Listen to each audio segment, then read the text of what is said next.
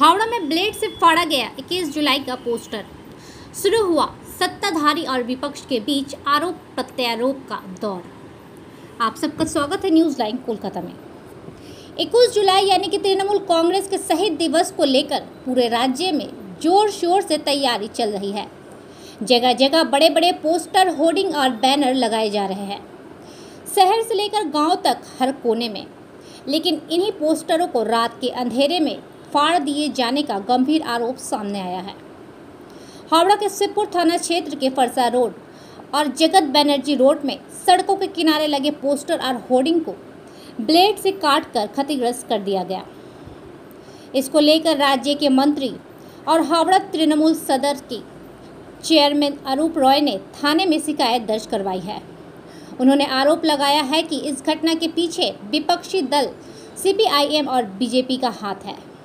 उनका कहना है कि सीपीआईएम और बीजेपी ने मिलकर ये साजिश रची है। अरूप रॉय ने मांग की है कि तुरंत सीसीटीवी फुटेज की जांच कर घटना की तह तक जाया जाए। साथ ही गौरतलब है कि अधिकांश पोस्टर में होर्डिंग पर पूर्व मंत्री राजीव बनर्जी का नाम लिखा हुआ था। कभी तृणमूल छोड़कर बीजेपी में गए राजीव और फिर से तृणमूल में लौट आए हैं। ऐसे में सवाल उठ रहा है, क्या पोस्टर फाड़ने की यह घटना घर वापसी के खिलाफ कोई सोची समझी साजिश है? वहीं विपक्ष का दावा है कि यह सब तृणमूल कांग्रेस की अंदरूनी गुटबाजी का नतीजा है, जबकि तृणमूल इस आरोप को सिरे से खारिज कर रही है।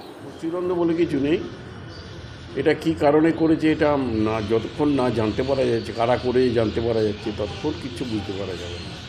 তো সুতরাং আমি সেই কারণেই আমি এফআইআর করতে বললাম। আমি ইউথ কংগ্রেস প্রেসিডেন্টকে বললাম এফআইআর করতে, এফআইআর করবে, পুলিশ কমিশনারকে এফআইআর করতে বলবে, যেহেতু দুটো থানার মধ্যে হয়েছে।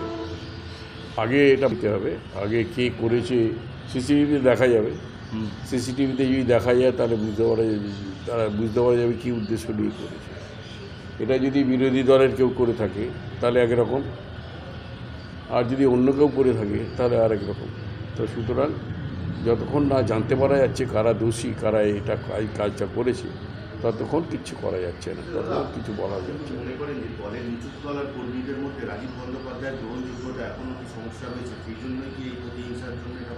না, এই ধরনের কোনো বক্তব্য রাখতে চাই না।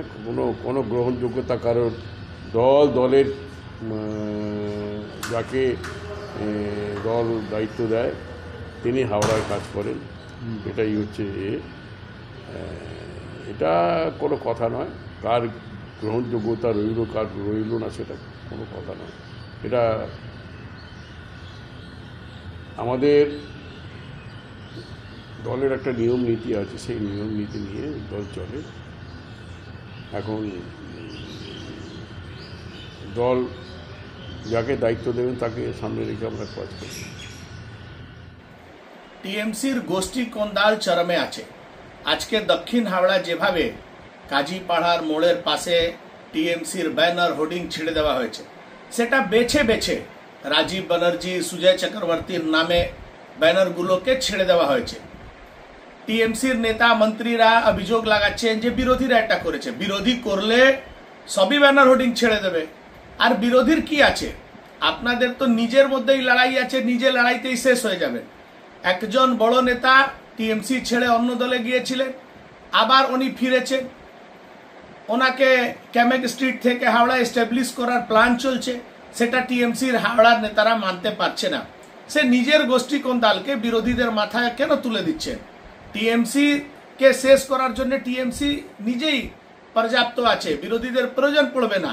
যেভাবে এই গোষ্ঠী দ্বন্দ্ব চরমে আছে, রোজ গুলি চলছে, রোজ মার্ডার হচ্ছে, সেটা টিএমসির শেষের দিকে নিয়ে যাচ্ছে। বিরোধীদের নামে এই কুৎসা করাটা টিএমসির হাওড়া নেতাদেরকে